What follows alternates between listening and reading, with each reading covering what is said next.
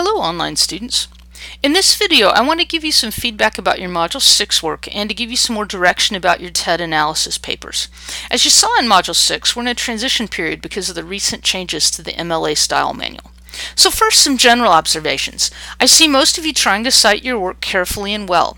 I really enjoyed your discussions on the discussion board about plagiarism and Rand Paul and things like that. Most of you are connecting on some level that you'd already give credit verbally to someone's ideas in a conversation, and that's really all the citation rules are about, transferring that to a written medium. And why would you give credit in a conversation in the first place? Well, so the person you're talking to could follow up, maybe ask that person questions or get more information, and you really can't do that if you don't know where the ideas came from, right?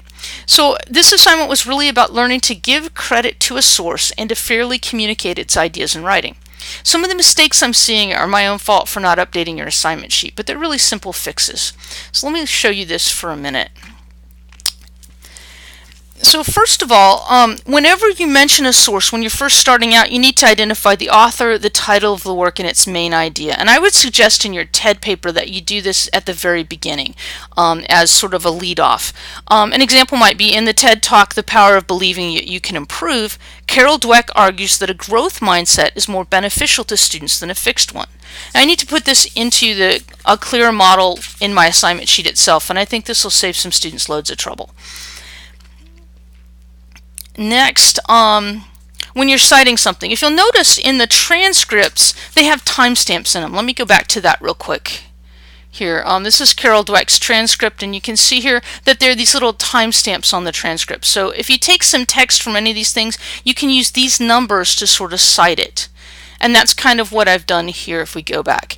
Carol Dweck observes that not yet also gave me insight into a critical event early in my career. And you see I've used the 043. See, I've also putting the period at the end of the parentheses and not within this thing. That's another thing to be aware of.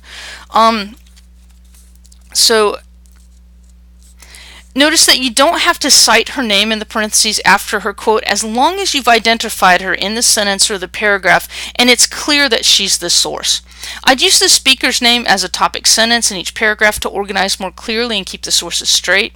And then when you add sources in your research papers, you'll likely introduce some in your sentences just as I have here as you set up the paraphrased or summarized or verbatim information, and then you'll identify others just in the parentheses. And we can talk more later about when each one of these works the best.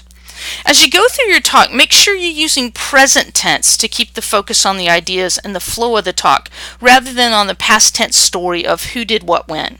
Notice here I'm saying observes and not observed, even though it was, and this is generally how we handle sources in academic writing. The ideas are present now, even though the talk might have been given a couple of years ago. Finally, your assignment sheet gave kind of this model of the work cited, and many of you used it, and I was pleased to see that. But this isn't really correct anymore, and I'd actually like to ask you to change it to this. So this is a model. Notice it's not works cited if there's not more than one, so that's an error in the assignment sheet. And this is what I would like you to use instead for the TED Talk stuff.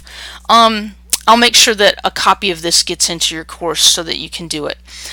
Now, on a couple of other notes, let me come back in here. I'm sure you've noticed that the Cengage side of the course looks a little bit different. And I'm sorry about that. I was under the mistaken impression that the changeover in June would not affect any of the courses that started in May like yours did. Quickly, let me go over to the Cengage side of the course, and I'll show you what NetTutor and Questia look like now, just so that you're aware. You see, it's a little bit different here. NetTutor is now this thing here with the sort of mortarboard hat to ask a tutor, and this is the one for Questia. I want to go in Questia a minute. I've really been impressed with how some of you are starting to talk about books in Questia. Now, it's great if you want to use these, but be aware you can use magazines or newspaper articles for your paper too. I'm going to do a quick search in here and show you a couple of things. So if I go in here, you see books are what come up first, but you can choose to go to magazines or to newspapers instead.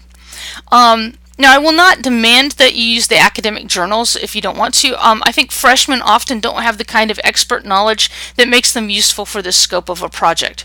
If you do use books, though, be smart. Let me go to a book real quick and click into it here to read it. If you're going to use them, don't try to read the whole thing. Use the tables of contents or the indexes. You can get to the table of contents here and actually go to the table of contents here and see things. You can also use this to go to the index at the end of, and you can do a search that way for things. You can also search within the work. I'm not sure how well that works in here, but you can try it and see how it works. Another thing I'll tell you is if you're not using the project space, you really might want to. Let me show you how that works really quickly. I'm going to go into my default project and click on it, and you can see kind of how it looks. I've got a couple of things saved in here already, and I'll save a couple more in here too. I'm going to go home and do my Viking search again. And the way this works basically, I think this is in a video later too. If I want to go to a newspaper article and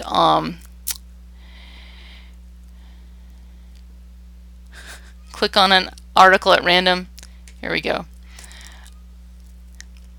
To save any article that you decide is interesting to your active project, you can just click here to save it. And now it's actually in the project, and you can remove it just as easily. Also, some of you had talked about getting back to things. If you click on the back arrow, it should bring you back to your search. So you can click into something to read it and maybe save it to your project, and then just use the back arrows up here to get back.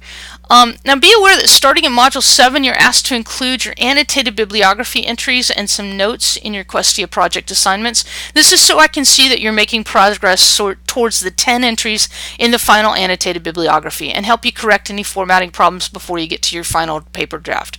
I'd like to see your annotation of your source if you have it, but notes from your source are okay too. Be aware this is not like class notes, jotted down facts and things in your own words. I'd suggest you capture verbatim text from your source that you think you can use, along with a page number if there's one present. It also helps to see what the source has actually said when you're drafting, so you can decide how much to use verbatim and how much to do in your own words. Going now to your course calendar, you can see here's Module 7. It's due all on Saturday. For the next few days, you're working on your peer responses. And hopefully these remarks have given you some things to point out in your classmates' papers.